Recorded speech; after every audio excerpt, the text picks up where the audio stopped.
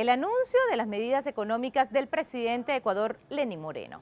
Más bien, el paquetazo económico del Fondo Monetario Internacional desencadenó inmediatamente la masiva movilización del pueblo ecuatoriano y su protesta ante una política inconsulta impuesta y que remonta ya a un pasado que se había superado con el gobierno de Rafael Correa.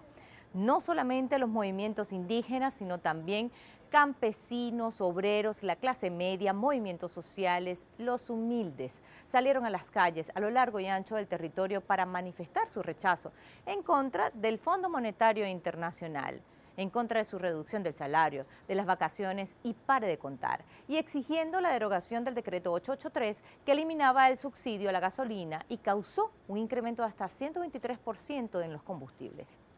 La gran pregunta, ¿Ecuador requería realmente las medidas leoninas del FMI?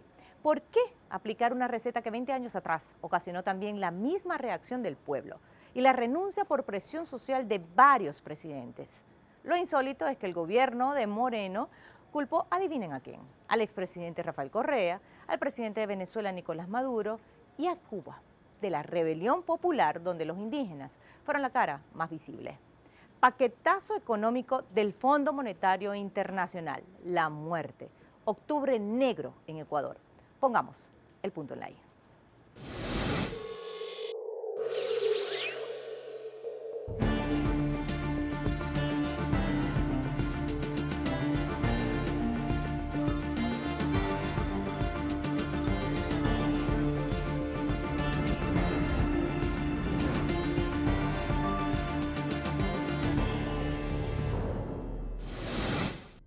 2 de octubre, el presidente Lenín Moreno anuncia una serie de medidas económicas y un paquete de reformas. El resultado, un estallido social en las calles. El llamado paquetazo incluía, entre otras cosas, la liberación del precio del diésel y la gasolina extra y Ecopaís, la eliminación o reducción de aranceles para maquinaria, equipos y materias primas agrícolas e industriales, eliminación de aranceles a la importación de celulares, computadoras, tabletas. Por si fuera poco, planteó la reducción sustancial de los beneficios de los trabajadores, recortando las vacaciones para los trabajadores del sector público de 30 a 15 días, como en el sector privado, además del aporte de un día de salario de los trabajadores de empresas públicas, entre otra serie de medidas que debían ser incluidas por el Parlamento en la estructuración del presupuesto de 2020. Y aunque estas fueron el detonante para que los ecuatorianos tomaran las calles, ya el mandatario había hecho de las suyas, suprimiendo y fusionando varios ministerios y secretarías gubernamentales, entregando empresas públicas a entes privados, como la Corporación Nacional de Telecomunicaciones, CNT, la aerolínea TAME y Correos del Ecuador. Y sin contar que en 2018 se dio a la tarea de recortar los recursos en materia educativa, de salud y cultura, aduciendo a la falta de recursos. Medidas a todas luces de carácter neoliberal, que casualmente fueron aplaudidas por el Fondo Monetario Internacional, quien en febrero de 2019 concedió a Ecuador un préstamo de $4.200 millones, que incluía la ejecución de transformaciones estructurales apuntando hacia la desnacionalización del país. Comenzaron las movilizaciones pacíficas, grandes caravanas, marchas. Se vieron de manera impresionante en toda Ecuador rumbo a Quito para exigir que cesara el paquetazo que endeudó a Ecuador por más de $4 millones con el Fondo Monetario Internacional. Las ya conocidas medidas antipopulares. ¿Saben lo que hizo el presidente Lenín Moreno frente a la masiva movilización popular? Abandonó Quito. En un helicóptero se le vio salir hacia Guayaquil, donde mudó temporalmente la sede del gobierno, antes nunca visto en este país. Dictó estado de excepción hasta llegar a toque de queda. Y todas estas acciones fueron catalogadas como de huida. Y esto puso el ambiente muchísimo más tenso. En el primer trimestre del año ya los ecuatorianos manifestaban su enojo, miedo, incertidumbre, resignación e incluso sensación de caos, los síntomas de un gobierno antipopular y que por obvias razones fue invisibilizado en su momento por los medios hegemónicos y la prensa nacional. Caso contrario a lo ocurrido el pasado 3 de octubre, donde cientos de personas marcharon desde la Amazonía, las sierras y la costa hasta la capital, Quito, en el marco de un paro nacional contra la receta del FMI y que detonó en toques de queda. La multitudinaria movilización estuvo protagonizada por el movimiento indígena, pero también se plegaron sindicalistas, estudiantes, obreros, colectivos de mujeres y organizaciones sociales. En fin, ciudadanos indignados en ebullición, quienes bloquearon las principales carreteras y avenidas en rechazo al ajuste anunciado por Moreno para cumplir con las exigencias del organismo internacional, y que claramente pintaban como muy buenas para el equipo de Lenín Moreno, para los acreedores y demás interesados, pero muy malas por utilizar un eufemismo y que la propia Naciones Unidas condenó.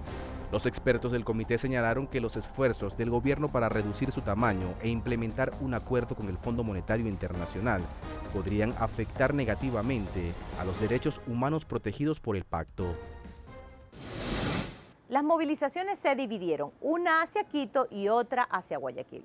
La represión policial no se hizo esperar. Decenas de videos corrieron por las redes sociales. Una y otra vez, los policías golpeando de manera despiadada a los manifestantes. Lo más cumbre de todo fue el silencio sepulcral y cínico de la llamada comunidad internacional, que en el caso de Venezuela y de Nicaragua acusaron sin medida de violación de derechos humanos a estos países, pero en Ecuador, nada. Se viralizó incluso la caída de un joven quien recibió un impacto en la cabeza, casi en directo, pero ni eso motivó para hablar de violación de derechos humanos del gobierno de Lenín.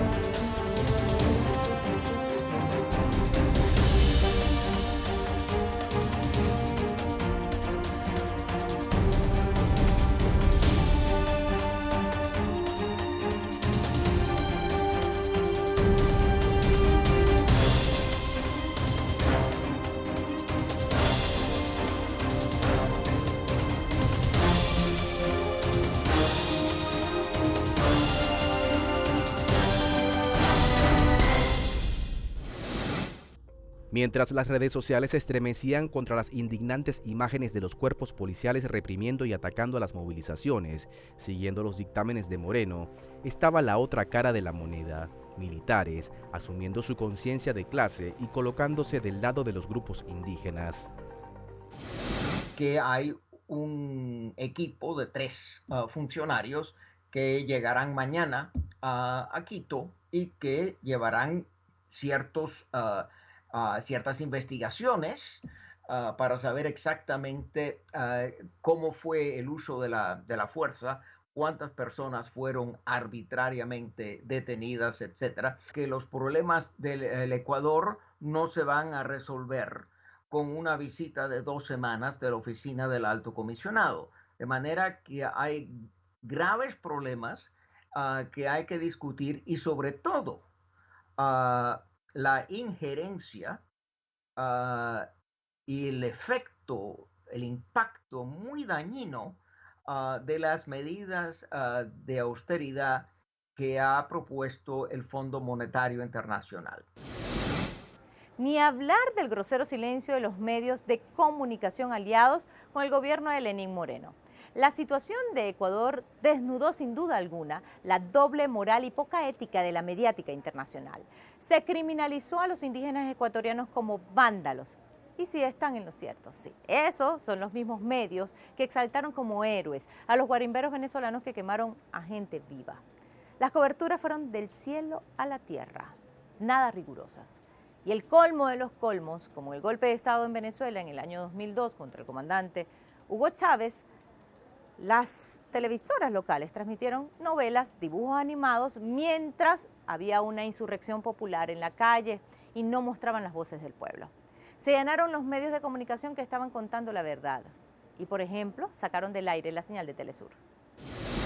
Cuando el señor Lenín Moreno trata de o se comporta como un dictador con su pueblo, pues la prensa mundial o bien no informa o trata de hacerlo aparecer como si fuese legítimo, cosa que no es.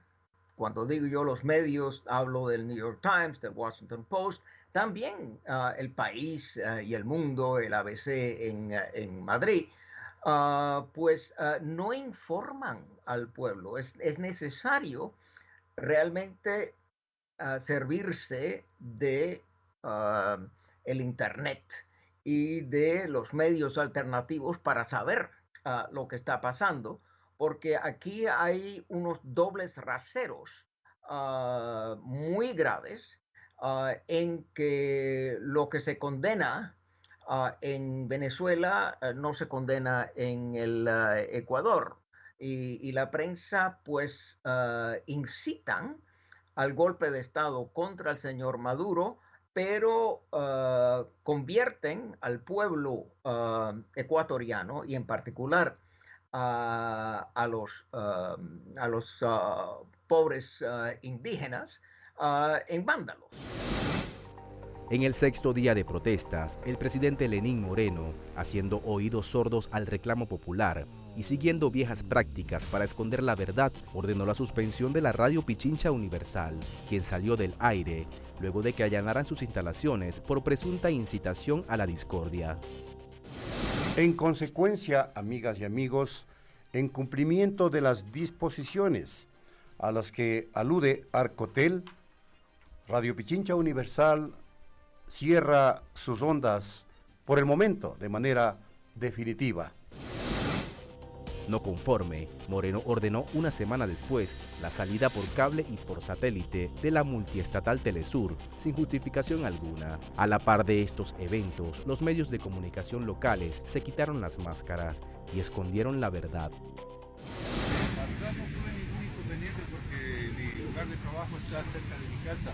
Hoy día me tomé la molestia de salir para comprobar el estado de excepción y ver que volvimos a los años 60, 70 de represión, tanto policial como ¿No le parece que la gente que viene a resguardar está bien, les está brindando seguridad? Ayer se registraron robos, ayer se registraron asaltos a locales comerciales.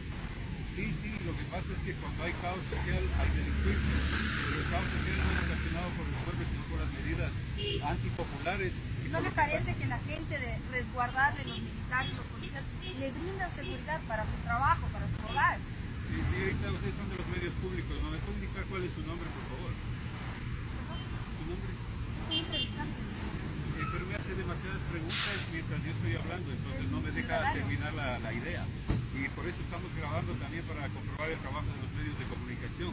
Sabemos que tienen consignas específicas y que no hay manera de hacer escuchar la voz del pueblo. Están cooptados por el poder. Están cooptados por el poder. Qué pena por ustedes. Deberían buscar algún otro trabajo decente. Ecuador se endeudó por más de $4 millones con el Fondo Monetario Internacional y nos preguntamos si realmente la economía ecuatoriana necesita un financiamiento que muchos catalogan de un pacto con el diablo, cuando Ecuador más bien presenta un buen crecimiento económico. ¿Qué hay detrás de estas medidas que se esconden con las mismas frases edulcorantes que han utilizado todos los gobiernos que hacen negocio con el FMI y que dicen, bueno, son para proteger al pueblo en salud, vivienda, inversión social, son para el crecimiento económico que sacará al país adelante del oscuro gobierno corrupto pasado? Y hacemos un alto aquí. Gobierno donde Lenín Moreno era vicepresidente de la República, pero así la manipulación. Entonces, no necesitaba el Estado ecuatoriano un crédito económico, le bastaba con cobrar la deuda a esos deudores tributarios para tratar de salvar un poco o de equilibrar el déficit económico que según el gobierno tiene. Lo que quiere decir es que lo que hace el gobierno es someterse por completo al sistema económico internacional. Y uno puede decir que hoy el gobierno ecuatoriano está capturado totalmente por el sistema financiero internacional, por las transnacionales, por el sistema judicial también externo, como el sistema de arbitraje, por ejemplo, que son los que imponen las reglas de juego al gobierno, y hay un gobierno débil que cae fácilmente en esa trampa.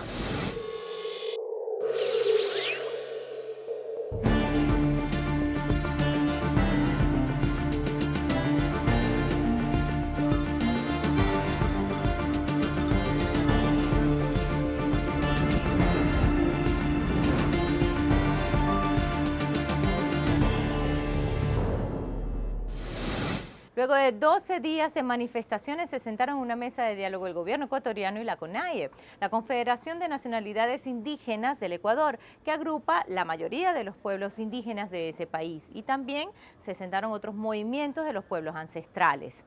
La premisa era que derogaran el decreto 883, la renuncia de varios ministros, entre ellos el de la Defensa. Y fue derogado ciertamente el decreto, pero hay letras chiquiticas que aún se están viendo y están en pleno desarrollo. Y también hay que preguntarse, ¿qué pasó con el resto de las medidas del Fondo Monetario Internacional? Conforme a lo anunciado por la Conferencia Episcopal y el Sistema de las Naciones Unidas, el gobierno de Ecuador y el movimiento indígena, representado por la Confederación de Nacionalidades Indígenas del Ecuador, conocido por sus siglas CONAIE, se sentaron en una misma mesa para negociar del decreto 883. ¿Y qué con el resto de las medidas neoliberales que se han aprobado en los últimos meses y que siguen en pie? Nada. De ahí el reclamo de algunos sectores dentro de la reunión a puerta cerrada. Después de la tormenta, la calma y con ello la persecución a los correístas. Fueron detenidos varios dirigentes políticos de la Revolución Ciudadana del partido del expresidente Rafael Correa. La primera fue la prefecta de Pichincha, Paola Pavón. Tras el acuerdo con los sectores indígenas y el retorno de la normalidad en las calles de Quito, el gobierno de Moreno comenzó a exigir sanciones contra quien consideraba responsable del caos. Inició con la detención de la prefecta de Pichincha, dirigente y militante de la Revolución Ciudadana, Paola Pavón, a quien le allanaron ilegalmente su residencia. Junto a ella fueron detenidos los dirigentes Cristian González y Pablo del Hierro. El primero bajo prisión preventiva y el segundo debe presentarse cada 8 días ante un juez y tiene prohibido salir del país. Los 3 condenados se les estableció inmovilización de cuentas bancarias y prohibición de enajenar bienes. Días antes, se contaban más de 80 personas detenidas, entre ellas el prefecto de Sucumbíos, Amado Chávez, y el asambleísta Jofre Poma. Al gobierno del Ecuador, que liberen a todos los presos políticos y que no se lleven a cabo estos allanamientos sin orden judicial contra